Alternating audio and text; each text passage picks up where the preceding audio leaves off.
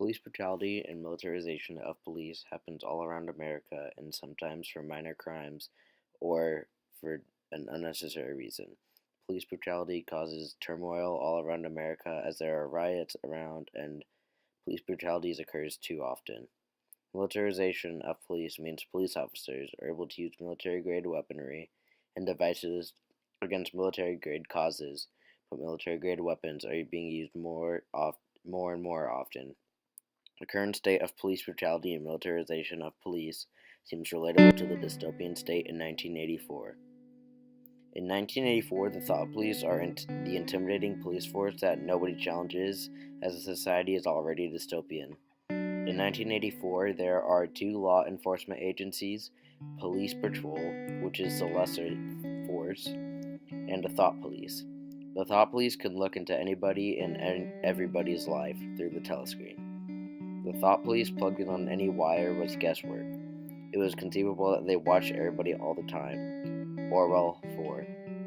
The thought police invade and intrude on society, and society conforms with it because they are scared of what happens if they don't, as they expect severe police brutality and possibly death. The society eventually learned how the thought police ruled over, and if you did not agree with them, they would beat and destroy your belief out of you. How many times he had been beaten, how long the beatings had continued, he could not remember. I decided to leave the police department because I was profoundly disillusioned with the United States criminal justice system. One of the first things that you heard from your training officer or the officers around you was, forget that BS they just told you in the academy. We're going to show you how to be the police.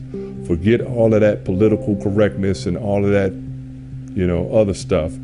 Here's how we get down. Mainstream America is only now becoming more aware because now the prevalence of cell phone cameras, video cameras, and other recording devices has finally allowed them to see what people have been telling them for generations now.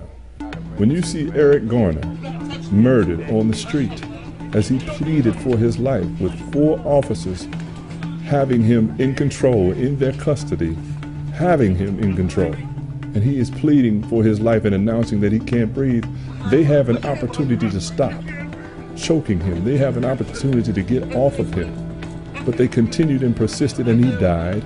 And they had, I promise you, zero expectation of accountability. And there was none.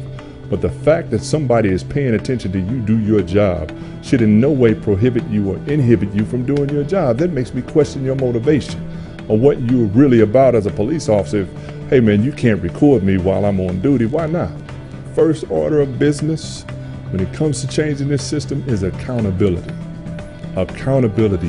You need to be punished. When you violate the civil rights and civil liberties and the right to life of the citizens you're in service to, in violation of the Constitution and your own policy, punishment is the first order of the day. Police officers are taught how to run the city in the police academy, but they disregard those rules just because they can do anything they want, because they do not have accountability. Many people, including former police officers, are unhappy with the way things are ran with the police officers. There needs to be change. Many police brutality cases occur in minor felonies or misdemeanors. The statistics of police brutality shows that a police officer kills a civilian every 7 hours, which most go unheard by the law, and a police officer is protected by the law. An African American male is killed twice as often compared to an unarmed Caucasian male, and 1 out of the 4 people killed by law enforcement is unarmed.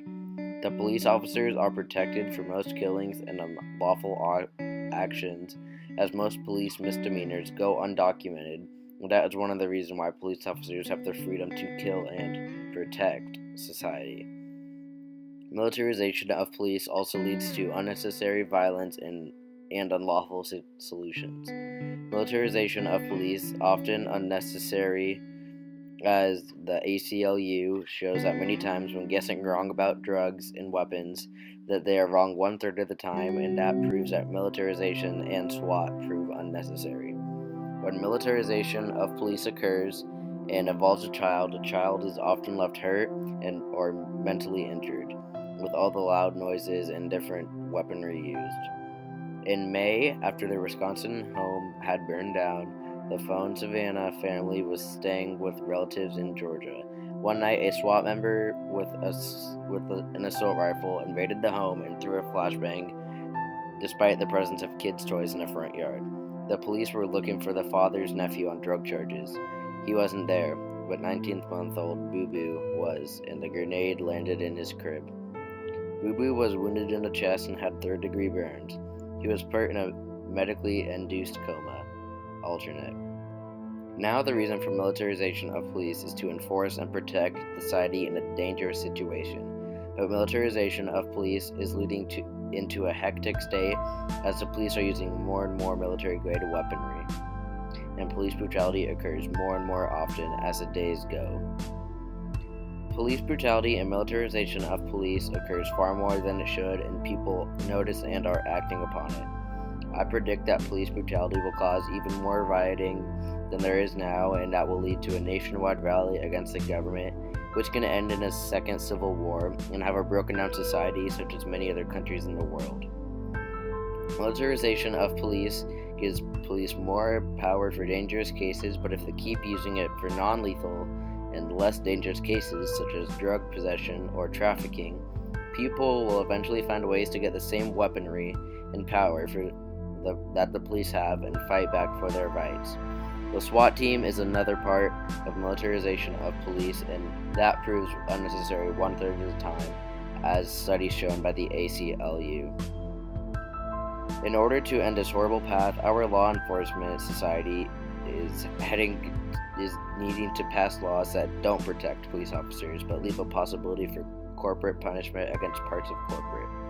Currently, the police are protected from most laws, but if the laws that protect police officers from any unjust actions that corrupt the society, the police officers will have more caution and not be unnecessarily rash and dangerous in all situations.